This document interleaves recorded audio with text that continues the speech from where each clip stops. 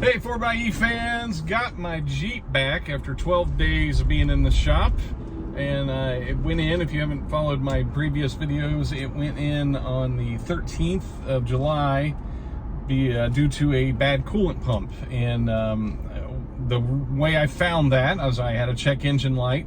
I tried to clear it because I've had a couple weird issues in the past where I was able to do the power down and re-power things back up through the IDCM. There's a whole process. You can see Brandon Hainline has a video about that, and I made a video about that as well. And so tried that. It did clear, but it came back in later that evening after I'd uploaded the video, and it was a bad coolant pump. And when I ran my J-scan on it, it said that there was that they'd lost communications. The system had lost communications with the coolant pump, which indicated that it was dead.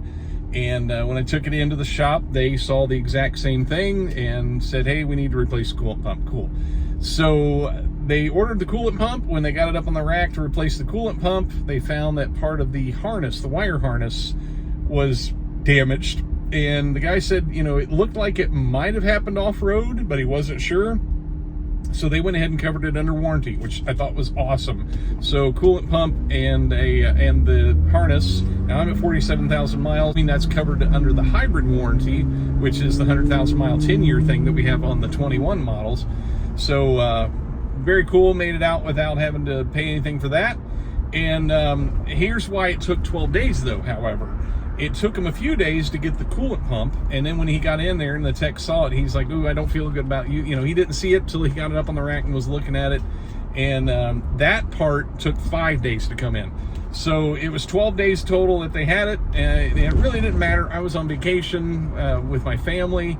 Now, I do have to say, I did want to take my Jeep on that vacation because I wanted to steal away a day and go hit a trail that wasn't too terribly far from where we were.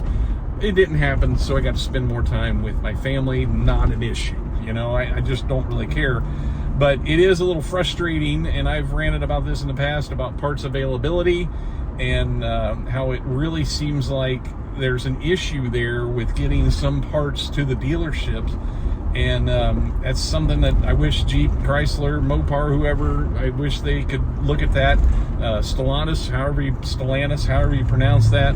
But I do know, talking to the service guy there at the dealership, he said it's a problem across the board. All Chrysler products, you know, are just having issues getting parts. He said he's got one, this is July of 2023 when I'm shooting this video, and he said he's got a car that has been sitting there waiting for a transmission since late 2022. Now, talk about frustrating when you're 7 months into a vehicle sitting. I would be livid.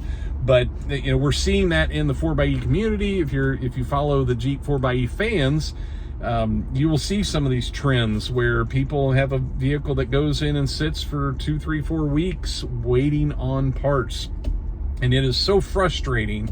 And you know, I'm not going to pretend to know the answer to that, but it's just comforting to know that it's not just the Wrangler 4xe, that it is multiple products across the line.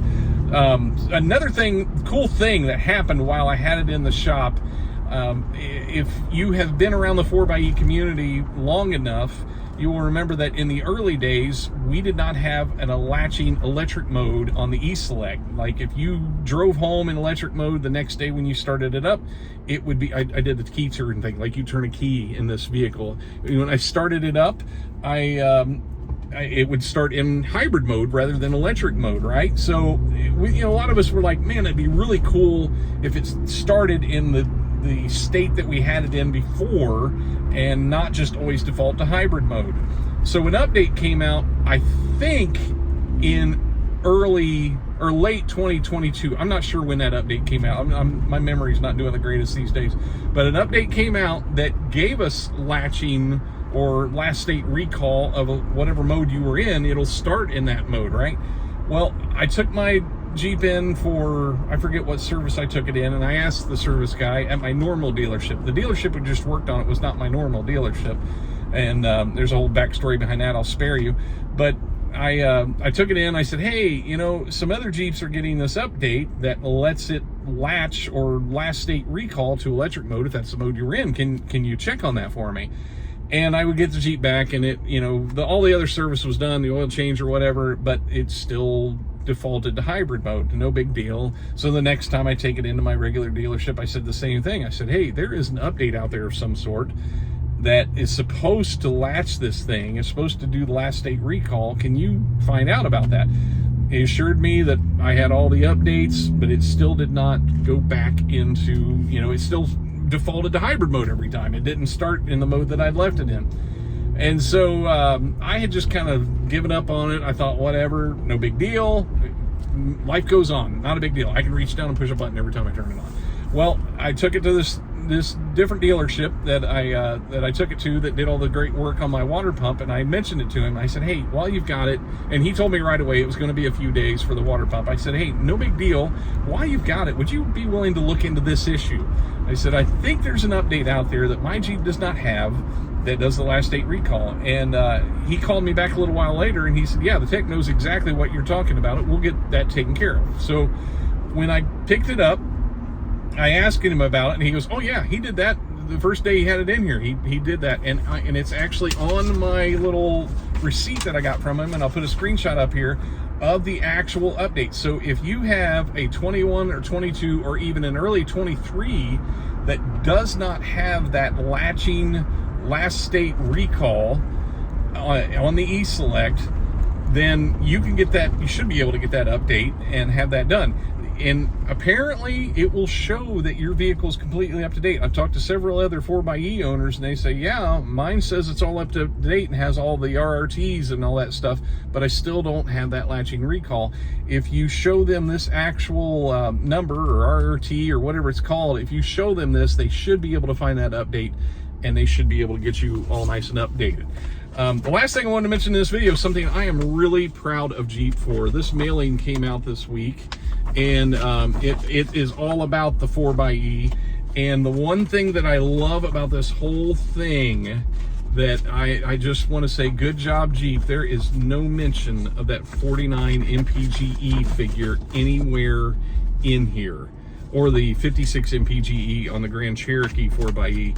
So, you know, I have been a little critical. I love my Wrangler 4xe. You probably not find a bigger fan of the 4xe, but I've just been really frustrated with Jeep using that 49 MPGE figure as if it's something to get excited about, because it is a figure that only applies when the vehicle is in electric mode, but it has been marketed like it is something that people are going to get. And there have been a lot of salespeople all across North America that have communicated this idea that you are going to get 49 MPG out of the Jeep Wrangler 4xe, or 56 MPG, miles per gallon, and out of the Grand Cherokee 4xe, which MPGE is not MPG.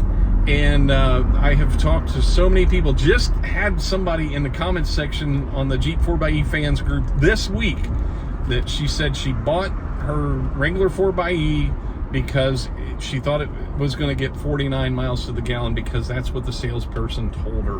And it's a brand new model. We are 2 years into this, and there are still people miscommunicating, I should say, that the Wrangler 4xe can get 49 miles to the gallon, when that's not what MPGE is. And if you have been misled in that way, or you don't understand what MPGE is, leave a comment down below. I do have some other videos where I've talked about it. You can go in my playlists and find a playlist that says, I think it says MPGE and MPG or something like that. And I don't have very many playlists set up, so you should be able to find it. But I've done a bunch of experiments in e-save and hybrid mode and shifting into manual mode, and I've done all sorts of different experiments to, you know, figure out how this thing operates and everything. So you can flow through that playlist if you do. Oh, I may try to put it up here as a link in here somewhere. I'm not always the best at that, or up here. I don't know which corner it goes to. So anyway, thanks for watching. Thanks for being a part of the MPGE, or the 4xe community. Getting my little letters and numbers confused. I'm going to have to get that checked out. But thanks for being a part of the 4xe community. Thanks for watching this video. Take care.